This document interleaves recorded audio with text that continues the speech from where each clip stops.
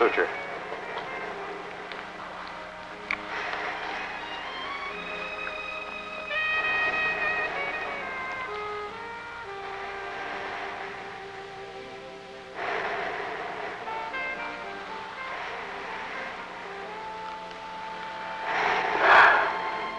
Well, that's it. We'll have to keep him here for a few days.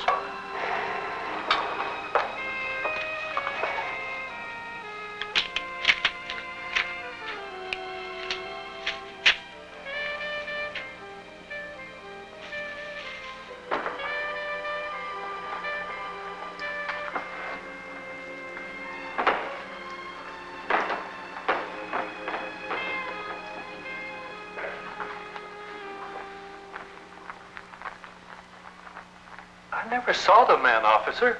He seemed to come out of nowhere.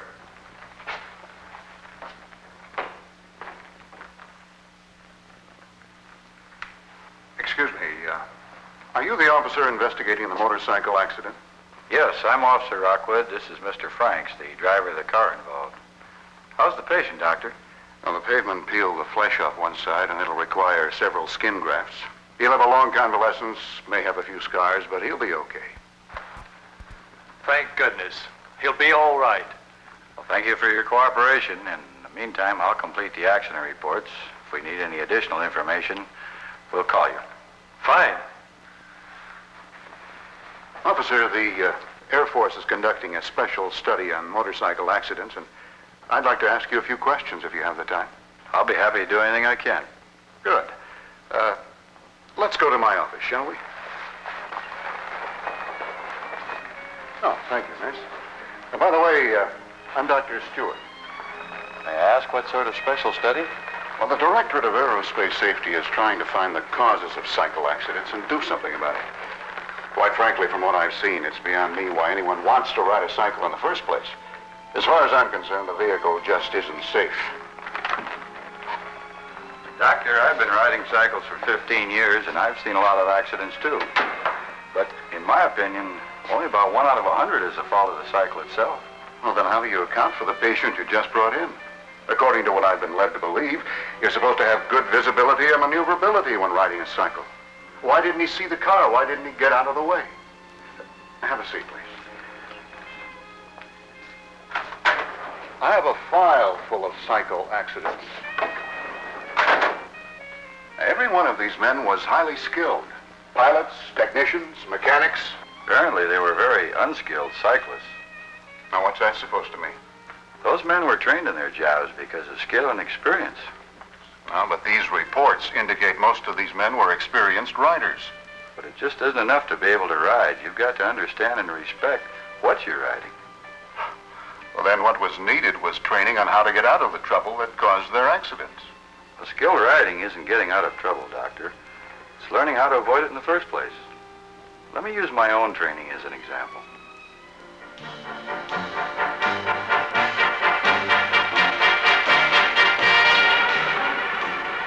Officer Rocky Rockwood is an actual police officer assigned to the motorcycle division of the Los Angeles Police Department.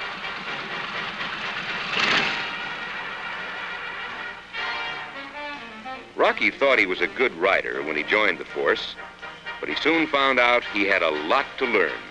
So you can imagine how he felt being taught basic fundamentals and learning to ride all over again.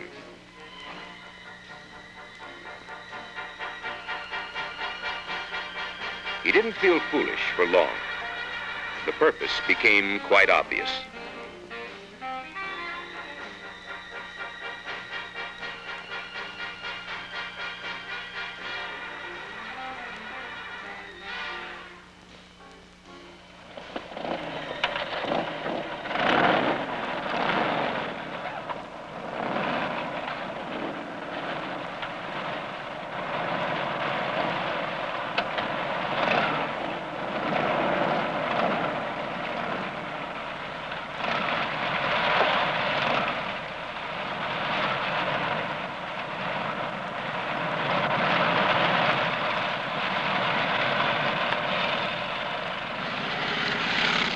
These men are developing a sensitive feel for the power beneath them.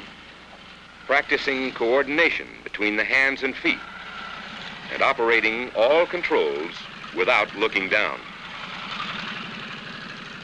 One of the necessary coordination exercises is between the left-hand clutch and the right-hand throttle. The throttle is extremely sensitive. Too much power will throw you off balance. It can cause the rear wheel to spin or the cycle to slip completely out from under you. Not enough throttle, and the cycle will jerk. This clanking of the rear chain is known as lugging.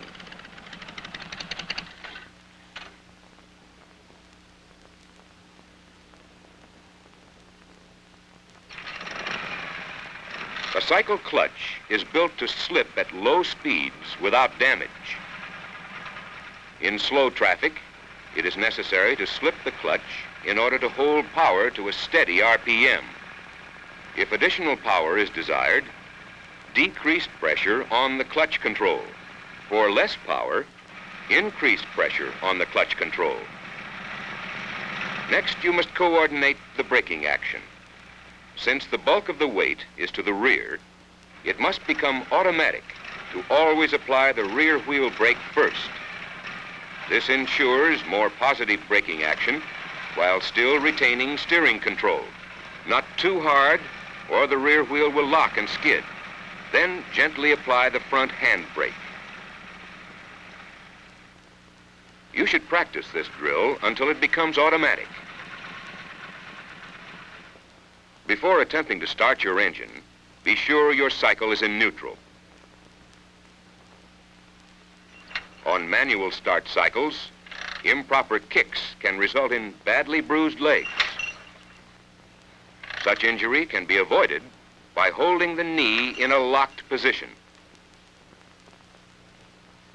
Then, with the starter pedal at the top of its arc, throw the full weight of your body straight down and through the pedal until it is disengaged, and hold it there until the engine has either started or ceased sound and motion. Of course, this problem is eliminated on cycles equipped with electric starters.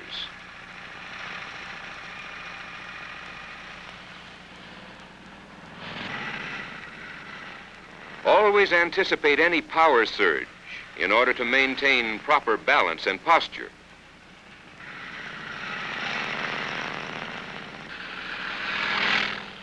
Correct posture will eliminate backache and strain on the kidneys, as well as improve your control over the cycle. Distribute the weight of your body between the seat and the footrest. Lean slightly forward with the knees in against the tank. Keep the foot near the brake pedal. As you practice starts and stops, you no longer have to think about what the hands and feet are doing. So you see, Doctor, with training of this kind, operating a cycle becomes second nature. You react instinctively, and your mind and vision can concentrate on what's going on around you. There's a lot to it. Yes, there really is. How about a cup of coffee? Fine. It's a common misconception to believe that if you can ride a bicycle, you can automatically operate a motorcycle. I hope you take it blank. Sure.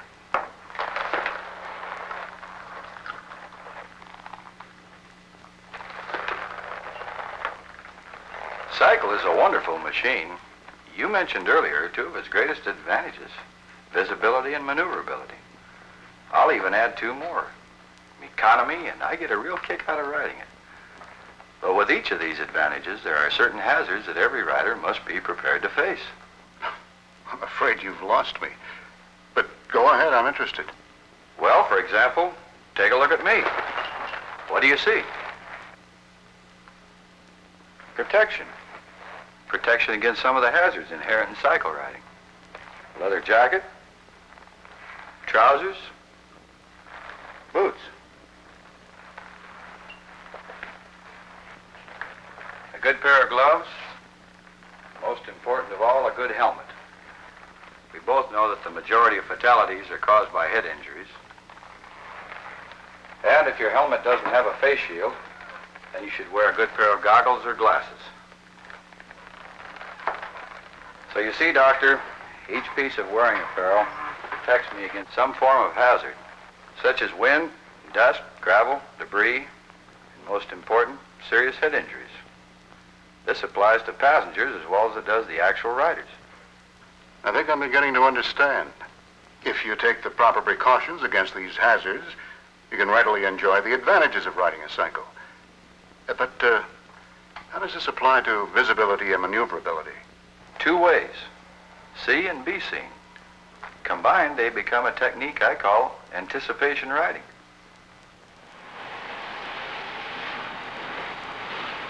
Officer Rockwood practices anticipation riding at all times. When off duty, he dresses in bright colors, to be seen. He is aware of what is going on around him at all times. He checks the traffic behind by using the rear view mirrors and obtains big picture vision in front. Don't restrict your sight to just the traffic lane in which you are riding, but widen your vision to include both sides of the street. You should be able to detect objects within 180 degrees by scanning with your eyes. Active vision also means checking the speedometer frequently. And keep a safe distance between yourself and the motorist ahead. It's important to know the reaction and braking time distances required at various speeds. Develop an ability to judge the distance accurately in traffic. At 25 miles per hour, the distance required is 66 feet. At 45 miles per hour, the distance required is 174 feet. At 65 miles per hour, the distance is 332 feet. Remember, if the speed you are traveling is so excessive that you haven't allowed for reaction time and stopping distance, it could be disastrous.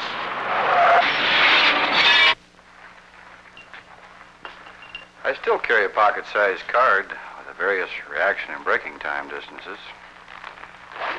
It's a good habit. I'm beginning to see that skilled cycling is a matter of developing good habits. Now suppose I use your accident reports to show how they could have been prevented, or rather avoided if they'd used anticipation riding. Let's start with intersection fatalities. Here's how Officer Rockwood avoids intersection accidents. Most motorcycle accidents occur at intersections, mainly because the cyclist is not seen, or because the cyclist was traveling too fast to react and stop. As you approach an intersection, look far ahead and well to the left and right. Notice the auto sitting in the left lane facing you. Don't presume he sees you coming, even if you have the right of way. Anticipate the worst. Slow down.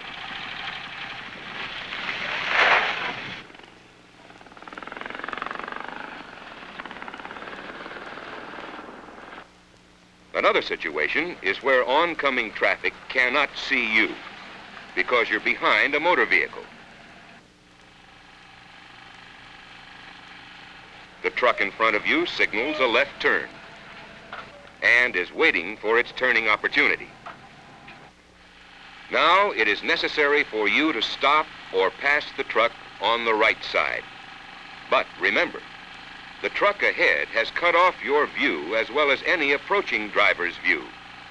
You must anticipate the dangers in this situation. It is far better to take a few seconds more to be safe and seen.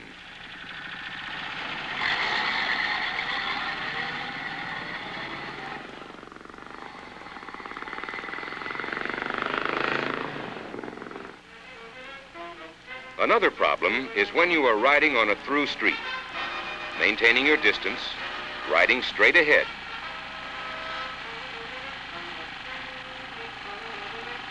And and using your rear view mirror to check the flow of traffic behind you.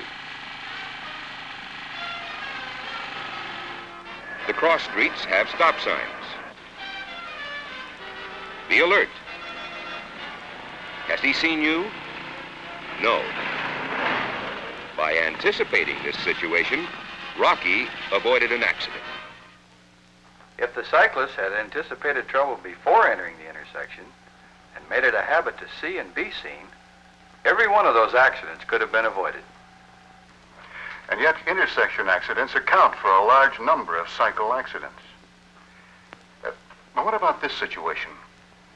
Where an automobile is traveling in the same direction as the cycle, and then suddenly moves directly in front of it. Oh, yes. I've seen that situation many times. Here's how I handle it. Rocky allows enough space between his cycle and the traffic ahead to stop smoothly.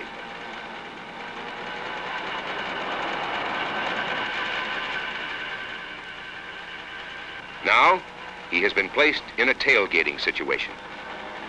He immediately reduces his speed gradually, checks the traffic behind, and without panic, regains the proper reaction and braking time distance as soon as possible.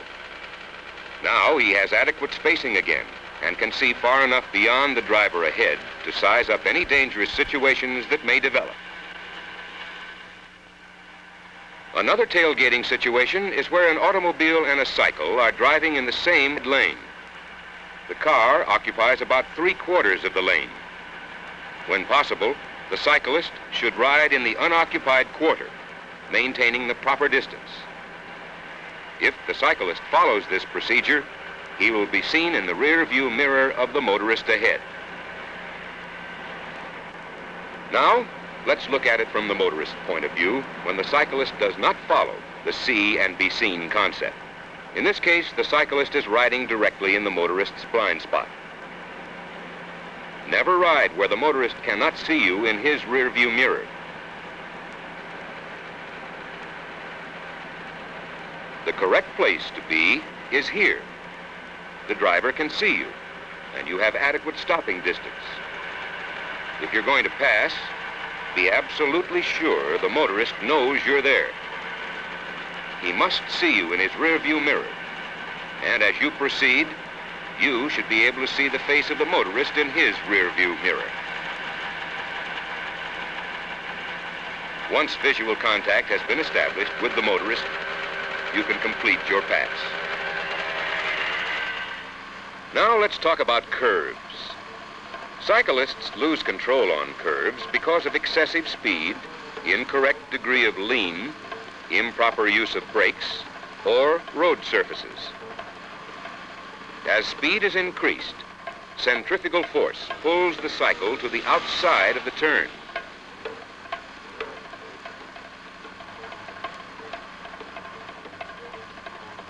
Lean too far, and the cycle can cross the center line directly into the path of oncoming traffic. Not enough, and you can run off the road on the outside. So lean with the curve. Executing a turn is a matter of balance and coordination. The rider and the cycle lean together into a curve.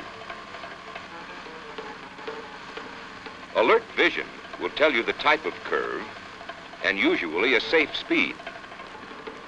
Slow down. Do your braking before entering the curve. Keep your speed and degree of lean constant throughout the radius of the turn. Don't be afraid to lean.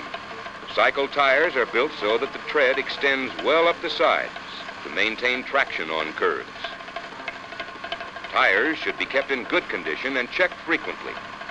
Tread is not the only thing to consider when it comes to good traction.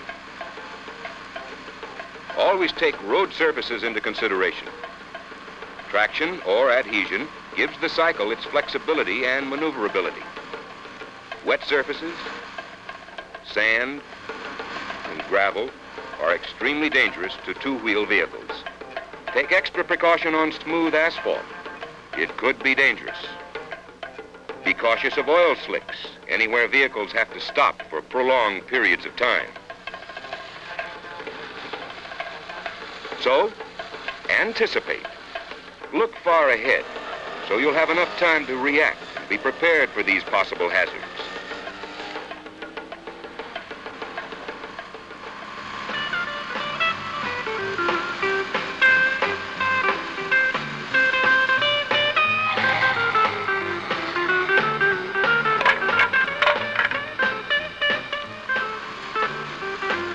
You never know for sure what lies ahead. When the unavoidable does happen, don't panic. Apply the rear wheel brake, close the throttle, release the clutch, simultaneously apply the front brake, and hit the object head on. Improper braking in this same situation will cause the rear wheel to lock, and the cycle may fishtail or broadside. If it does, turn the front wheel in the direction of travel, lean in the opposite direction, and ride the cycle to a stop. I imagine a man who had no training would panic in a situation like that. Well, that's what generally happens. It takes only a fraction of a second to lose control of any vehicle. But keep in mind that the rider that uses the technique of anticipation riding and makes it a habit to see and be seen rarely finds himself in that position. Well, I hope you don't mind my asking this question, but does it really work in heavy traffic? Just how can you keep space around you when people keep cutting in and out? I know.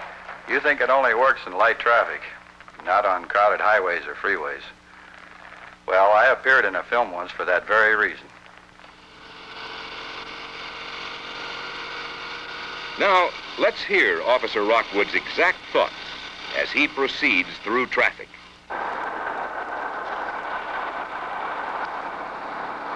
Coming on to general freeway traffic now in a peak traffic condition time. Very dangerous time to be on the freeway.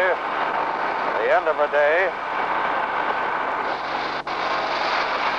Heavy freeway driving using extreme caution due to the fact that any quick movements by a motorcycle or by another vehicle can become extremely dangerous.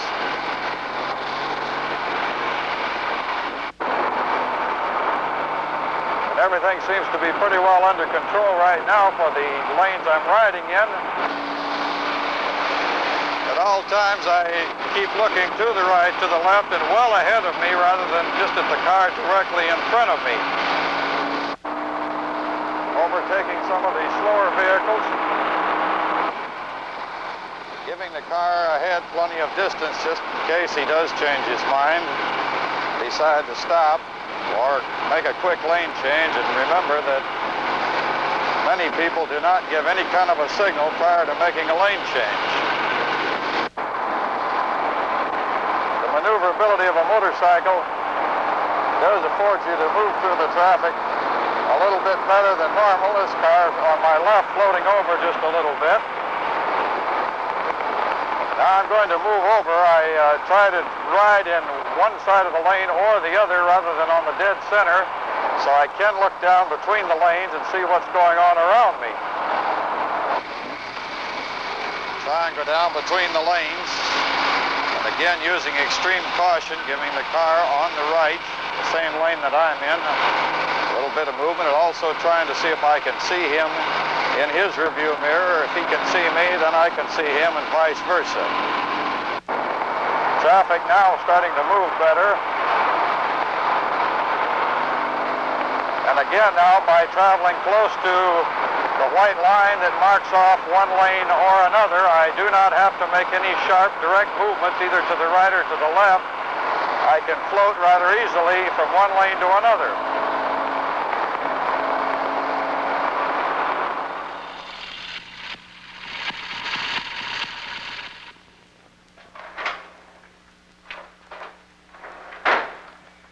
Okay. You've convinced me that a motorcycle is safe. It appears to be a matter of training the rider. Right. A man should learn the fundamentals of riding, develop his coordination, and know his cycle before trying to ride in traffic. He can enjoy the advantages of cycling by understanding the hazards, by taking precautions against them. And he does this by dressing properly, having alert vision, and not tailgating. I can see that he must develop the technique of anticipation riding. And his cardinal rule must be see and be seen. Doctor, I believe you've got the message.